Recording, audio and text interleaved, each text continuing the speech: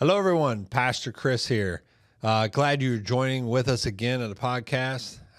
Grateful for the opportunity to bring forth the word again for you today. Hey, but wherever you're watching from today, if you let us know where you're watching from, take some time and share this content as well. It would be very much appreciated, but also I think people would benefit from it.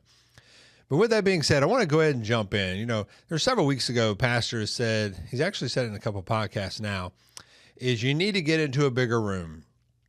And I've really been meditating on that now for a couple of weeks because part of, I was in the corporate world. I'm now back into ministry, but I also own my own business. So there's a lot of components that I've had the availability to work in and under. And one of the things that I've always noticed, whether you're in the corporate world, ministry, it doesn't matter where you're at, there's always someone that's a greater influence. There's someone that has greater knowledge, greater insight, greater ideas, whatever those may be. But how do you get the opportunity to get into those rooms? It is essential that if you want to grow and you want to really lay a foundation of great influence, but also to develop great ideas, to be able to really expand your vast knowledge, you've got to put yourself in a bigger room. But one thing of saying to get into a bigger room is one thing, but the biggest thing is how do you get in? And I want to share from personal experience what I've had to do in the past, but also what the Word of God says about it as well. Because one of the things about getting into a bigger room is you better have some wisdom about you as you go into those bigger rooms, or you won't last long in a bigger room. You'll be kicked out of that room. And that might sound a little harsh, but I think you'll get the idea of what it is I'm talking about as we go through today. So how do you expand your circle of influence? You get into that bigger room. How do you do it? Well, personally, I just want to share a few things. In the past, I've felt intimidated to the point that I didn't feel like I belonged in those rooms. I felt intimidated by the way people dress, by the way people talk, by the way they share concepts. I have no idea what they're talking about. All their information's over my head. So it becomes extremely intimidating, and it keeps me from engaging at a higher level, and also makes my language and also the way that I approach people very passive. And so I had to learn that I am much more through Christ, and that I do not need to be intimidated by man, because God is the one that developed man, and we were developed in His image. And the greatest part is because He is with me and He is for me, He will also give me the things that are timely needed in order to be an influence over time in those rooms. So at first I had to overcome intimidation. Next is I always felt unwelcomed. Have you ever walked into a room and you felt like you were the dumbest guy in the room? I have, right? And you walk into those rooms, you're like, okay, I feel unwelcomed. I got 20 people staring at me. They know that I don't belong in the room, or at least I don't look like it. I don't speak the way they do. I don't have the concepts. I just don't know what it is. And so there comes a feeling of I feel unwelcomed. And the honesty behind that is that you're not unwelcomed. It's that you're unfamiliar to them. And so we put those kind of things on ourselves of, hey, I am unwelcomed in this room. But the reality is you are unfamiliar to them. And so they're trying to figure out who you are at the same time that you're trying to have the opportunity to sit under them. And so engagement is key to overcoming being unwelcomed in a room. Number 3, unnoticed. Have you ever walked into a room and you feel unnoticed? Like you're the kid at the high school dance where you're over in the corner and nobody sees you. Like that's how you feel in some of these rooms. When you get into a bigger room of influence, you feel unnoticed. And so that can also tie right back to intimidation, to the fact that you don't even engage. And so if you feel unnoticed, a lot of times it's because of you. It's because of myself. It's because of the lack of engagement and the lack of training and time that I've taken to learn how to talk to individuals. So that's an important part. But by people in higher positions or in a better position in life, and I wrote this down because there are people in higher positions. There are people in better positions in life. And what I mean by that is some of it's title related. Some of it's actually position related. And let me clarify that. In the corporate world, everything is ran by titles. I don't believe in titles. I absolutely hate titles, to be honest. I don't care if you're a CEO, VP, manager, frontline consultant. janitor. It really doesn't matter what your title is, because the title does not dictate your ability to lead. Leadership comes from inside, and you can lead at any level. When a leader is tied to the actual job title, it's debatable whether or not they belong in the position. But when there's a natural leader among you, they will always rise to the top. They will always take a lead position because of the natural way that they lead. They're not even trying to become a leader within the environment. It just naturally happens because of the concepts and things that they have built within themselves to show themselves as a leader of influence.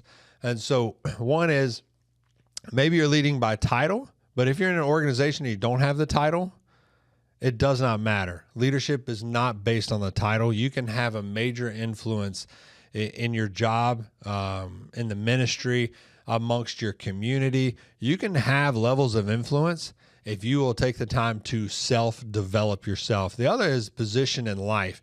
You'll see people that have $1 million homes. They have a yacht. They have 28 boats, whatever. I mean, they have so much. They have 15 cars. They have so much stuff.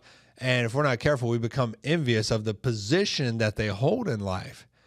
The interesting part is we have a lot of these feelings that we put upon ourselves, not knowing the actual reality of the life that they live. And so I know several, if not a lot, of wealthy individuals that are much wealthier than myself. However, what I will tell you is that some of them are one paycheck away from losing everything, yet they have millions and millions of dollars in assets. So what I say is this, is if you're focused on what people have and the position that they are seen for, you need to evaluate your focus, because it's not always based on the visible asset basis that you're viewing.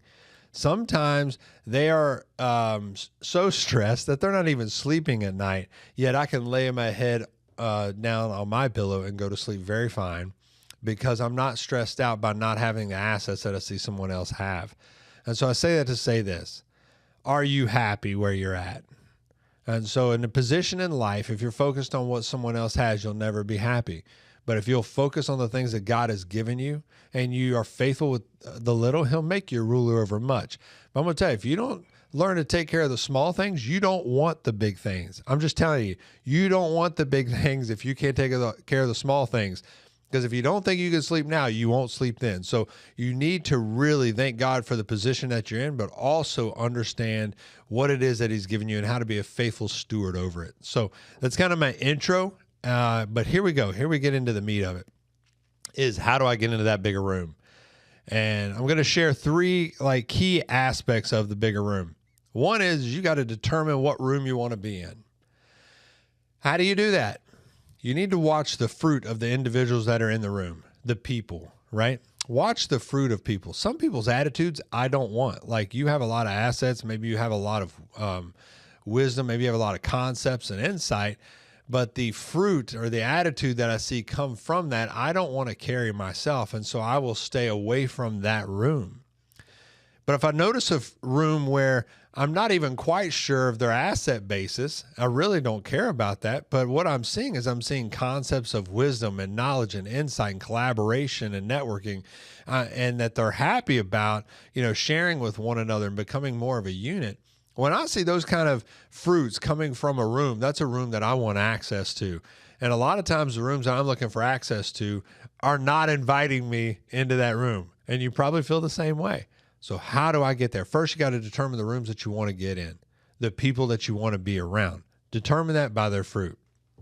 Next is, what is the availability of the room? So you might decide that there's these two rooms that I want to get into, or maybe two people that I want to get engaged with.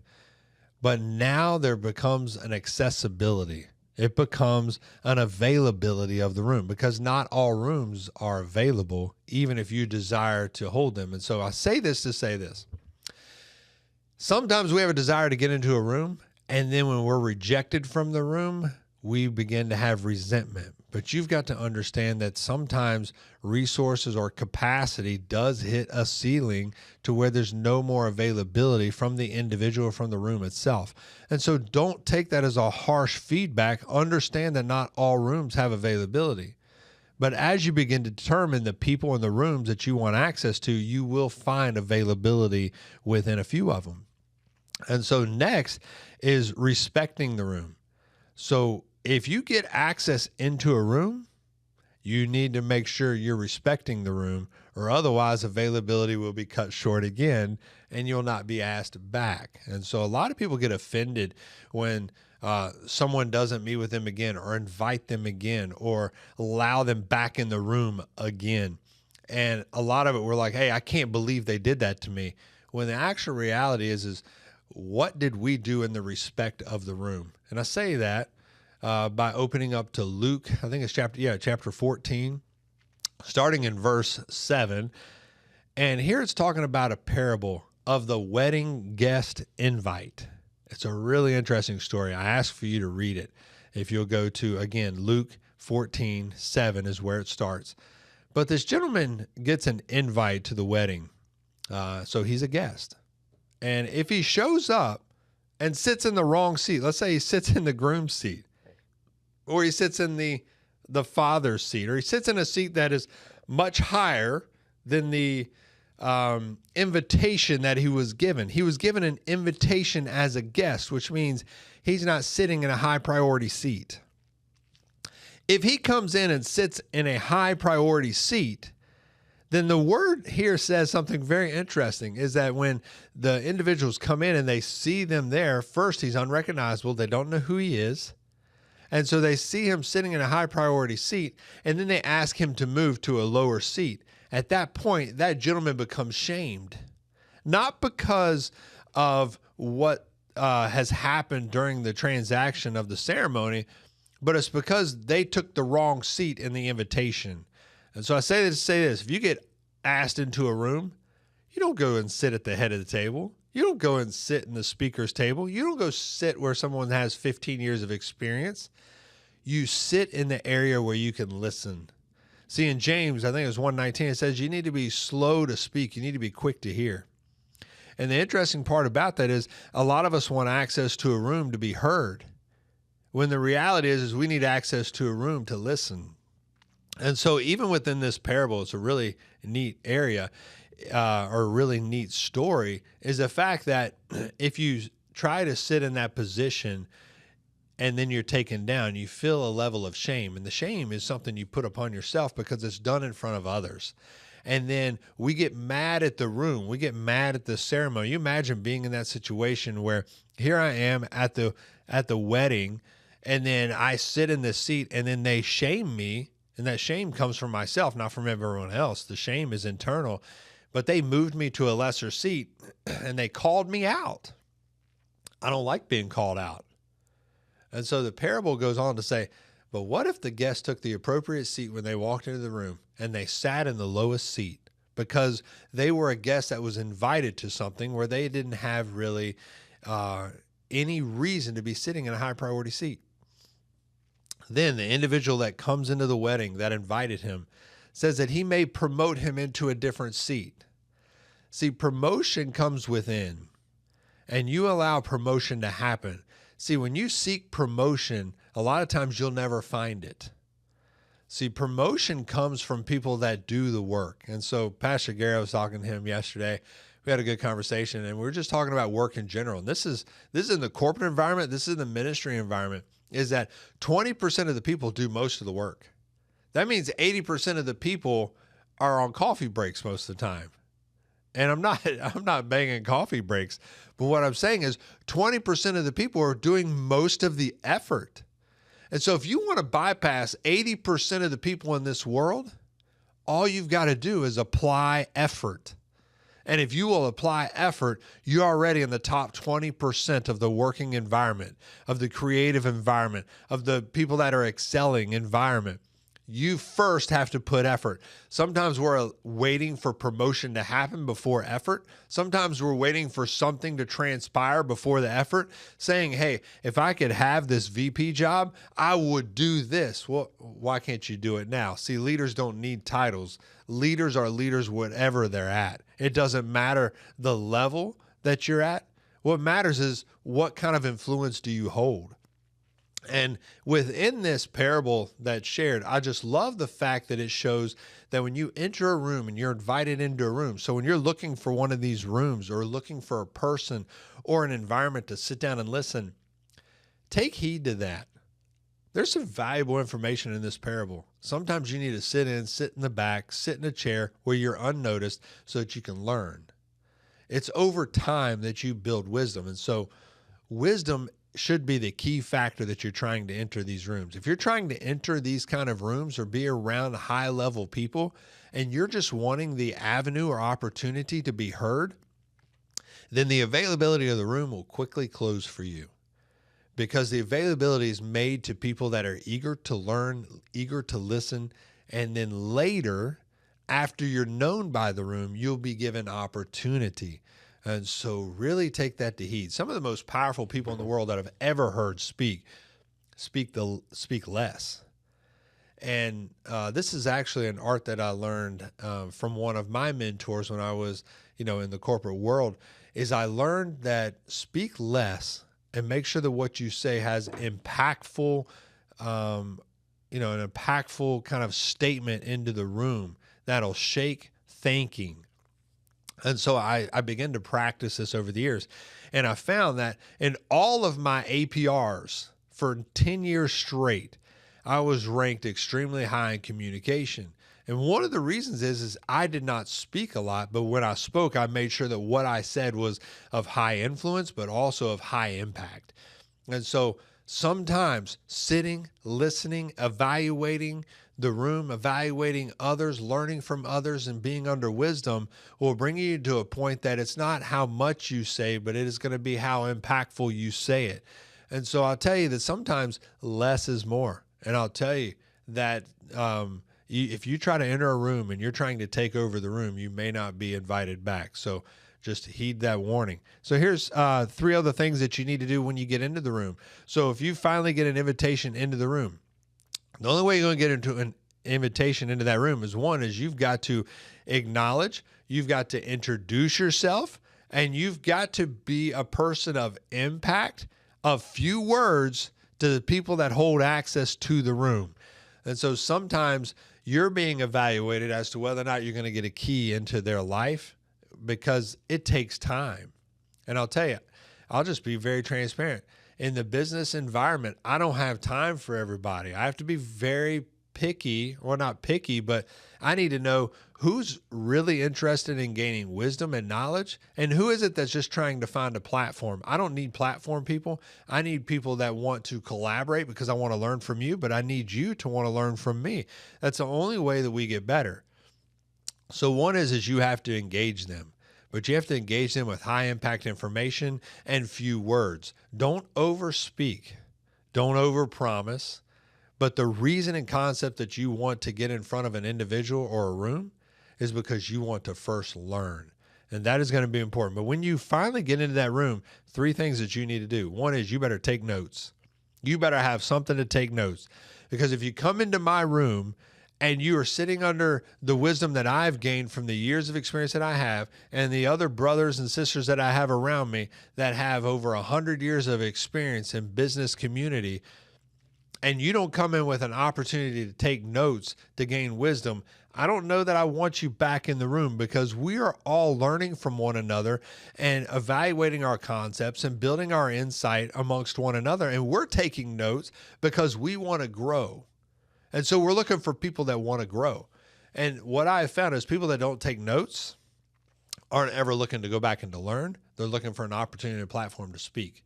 That's not who a lot of the high-level people want in the room. Number 2, ask questions. Make sure you have questions, but they should be questions to evaluate your own wisdom and insight so that you can learn. And so you have to be very mindful of the questions that you asked. Number 3, sit to observe, not to lead. I haven't said that enough, right? Is we need to sit in a position where that we are available to learn, available to take in information, ideas, concepts. You're not always going to agree with everything, but it's not your turn yet. In the initial access of the room, the initial concept or time with that person is not your time to lead it. That will come later as you are in the room under that wisdom, taking notes, asking good questions.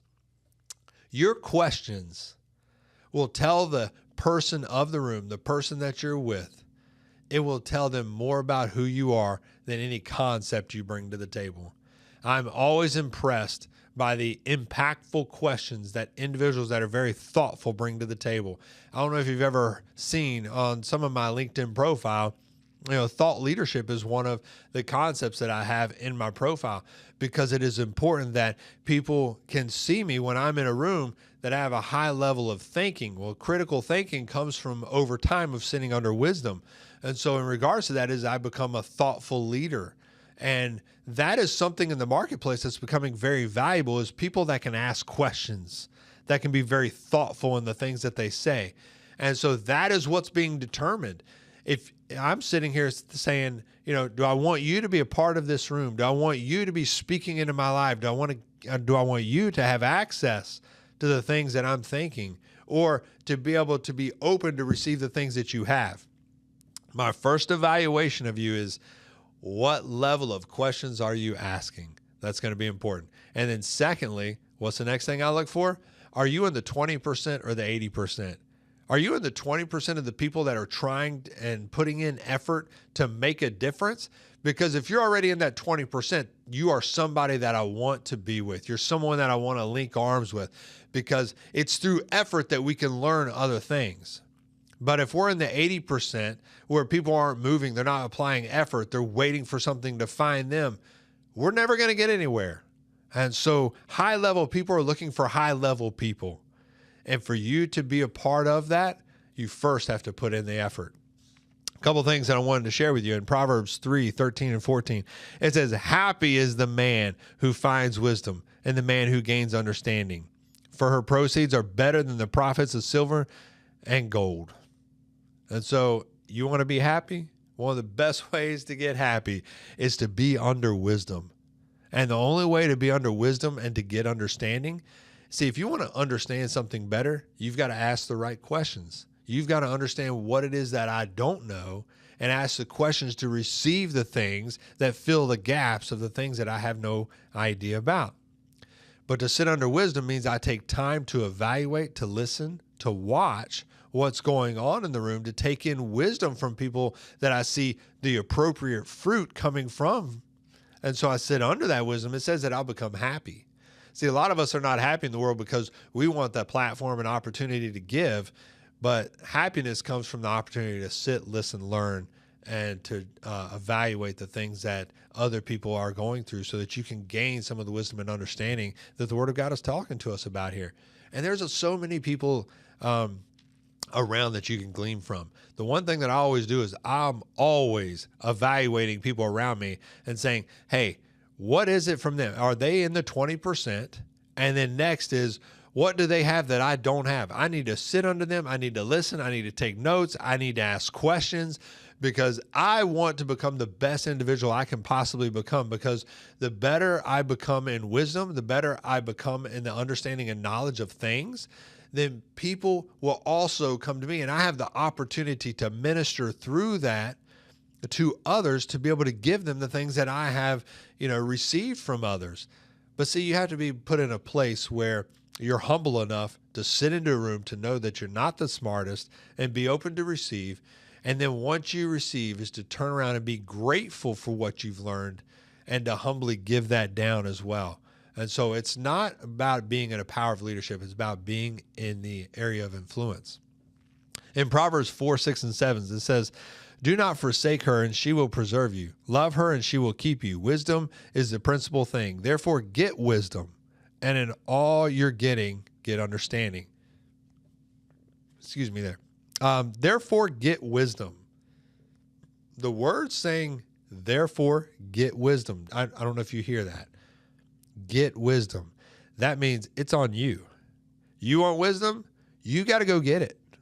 Therefore, get wisdom. That means you have a part to play. If you're not in the 20% of the people that are evaluating and trying to go out and gain that wisdom and gain that time. So let me share a concept with you. I've paid for people's lunches, dinners. I've paid for people's time. I have done so many things over the last probably 12 to 15 years because there's people I needed to get in front of because I needed to learn. And so I have paid for people's time, hourly time. I have taken them out to lunch. And when I took them out to lunch, I already had 5 to 6 impactful questions that I was going to ask this individual, because it is important that the individual that I am drawing from knows that I'm not trying to waste their time, but that I am truly interested in the things that they've done. And I want to glean from that. And so I've done that personally, and I've had that done to me where people have paid for my lunches. People have bought my time, and I'm not trying to sell it. It's because people see something, and I'm not out there saying, hey, this is what you need to do to get my time. No, people see when someone is full of wisdom, understanding, and knowledge, that when it becomes important enough, you'll do what's needed to get their time because you know the impact it might have on a future investment in your life, whether it's through wisdom, knowledge, understanding, business, ministry, whatever it may be. So evaluate that.